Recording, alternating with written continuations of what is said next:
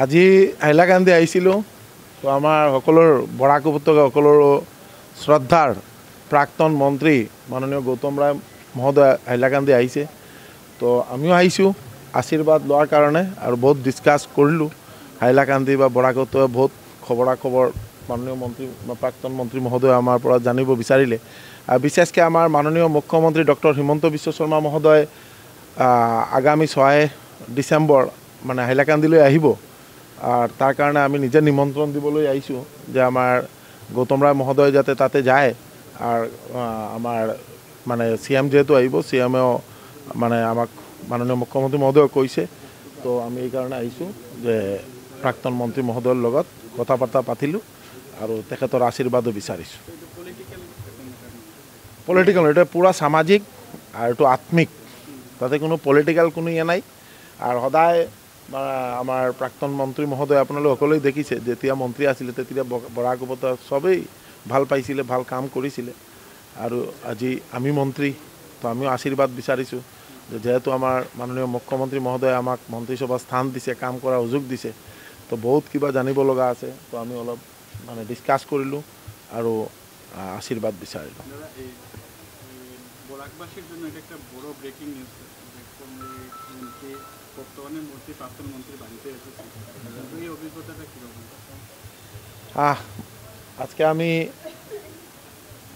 মানে একদিকে খুব আনন্দ লাগছে, কারণ উনি সবসময় কলকাতায় থাকেন। আর যেহেতু উনি বরাক উপত্যকার সবেরই খুব প্রিয় ছিলেন আর সবাই ভালোবাসত। আর দাপুটে মন্ত্রী হিসাবে গৌতম রায়ের নাম সবাই জানতো। আর আজকে আমিও মন্ত্রী, আমাদের সবার প্রিয় সবার শ্রদ্ধার মুখ্যমন্ত্রী ডক্টর হিমন্ত বিশ্ব শর্মা মহাশয়ে আমাকে ওনার মন্ত্রিসভায় স্থান দিয়ে সবার কাজ করার সুযোগ করে দিয়েছেন। তো মুখ্যমন্ত্রী মহোদয়কেও কৃতজ্ঞতা জানাই, ধন্যবাদ জানাই। তাই আসলাম, যেহেতু আজকে শুনলাম যে উনি এখানে আছেন, হাইলাকান্দি আছেন। তো আগামী 6 তারিখ মহিলা উদ্যমিতার প্রোগ্রাম, তো এই প্রোগ্রামে মাননীয় মুখ্যমন্ত্রী যেহেতু আসবেন, তাই আমাদের প্রাক্তন মন্ত্রী সবার শ্রদ্ধার গৌতম রায় মহাশয় যাতে এখানে যান, এই প্রোগ্রামে উনিও থাকেন, সবার আগ্রহ। তো আমি এসে নিমন্ত্রণ দিয়ে গেলাম আর মন্ত্রী মহোদয় প্রাক্তন মন্ত্রী মহোদয়ের আশীর্বাদ চাইলাম। এবং উনি অনেক কথা জানতে চাইলেন আমাদের থেকে, বা উনি সবসময় বরাকের উন্নয়ন নিয়ে, বরাকের নাগরিকদের হিতে সবসময় উনি চিন্তা করেন। তো এইভাবেই আজকেও উনি এইভাবে কথা বললেন যে বরাকে আরও কী করা যায়, আরও কী করলে ভালো হবে, বা আসামে আরও কী করলে ভালো হবে। বিশেষ করে একটা কথা একদম সবাইকে বলি যে মাননীয় প্রাক্তন মন্ত্রী গৌতম রায় মহাশয় আমাদের সবার শ্রদ্ধার মুখ্যমন্ত্রী ডক্টর হিমন্ত বিশ্ব শর্মা মহাশয়কে খুব ভালোবাসেন। এবং আসার পরে উনি বলেছেন যে আমাদের মুখ্যমন্ত্রী অনেক ভালো কাম করছেন, আসামের উন্নয়নে যেভাবে কাজ করে যাচ্ছেন এটা অত্যন্ত প্রশংসনীয়।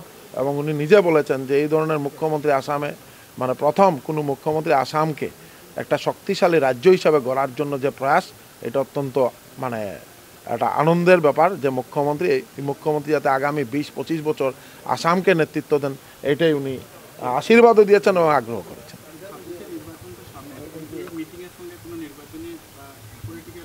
নির্বাচন হবে, বিজেপি জয়লাভ করবে, তাতে কোনো সন্দেহ নেই। 100% বিজেপি জয়লাভ করবে, তাতে কোনো সন্দেহ নেই। বরাক উপত্যকায় 10টা সিট বিজেপি জয়লাভ করবে মাননীয় মুখ্যমন্ত্রী মহোদয়ের নেতৃত্বে।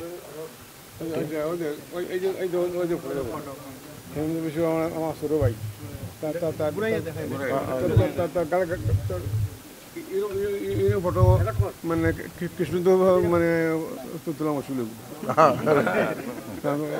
বয়সে আছে মন্ত্রী হয়ে গেছে।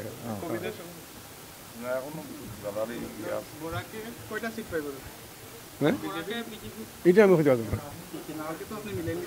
আগে এখন মিলাই না, নিজেরও দম যায় মিলাই দিয়ে তার এদিকে এদিকে আমার লিগে অন্য বিষয় আছে, আমরা তো নিজের শান্তিতে নেই। এটা যে আমার নাম তো যে দাঁড়াও, হ্যাঁ পুরুষ সবাই দল বিজেপি, কিন্তু ক্যান্ডিডেট আইয়া যদি আমার ধরে এমনি ইয়ে